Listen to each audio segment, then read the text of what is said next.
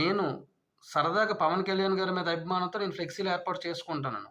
దానికి మీ ప్రాబ్లమ్ ఏంటి? ఒకవేళ మీకేమైనా ఫ్లెక్సీలు ఎక్కువ పెట్టుకోవాలంటే పెట్టుకోండి. నేను వద్దని చెప్పట్లేదు ఎవరికీ. ఒకవేళ నా వలన మీకేమైనా ఇబ్బంది ఉందంటే చెప్పండి. నేను ఒకవేళ నా వలన మీకు ఇబ్బంది అవుతుందంటే నేను మాట్లాడుకుందాం కూర్చొని.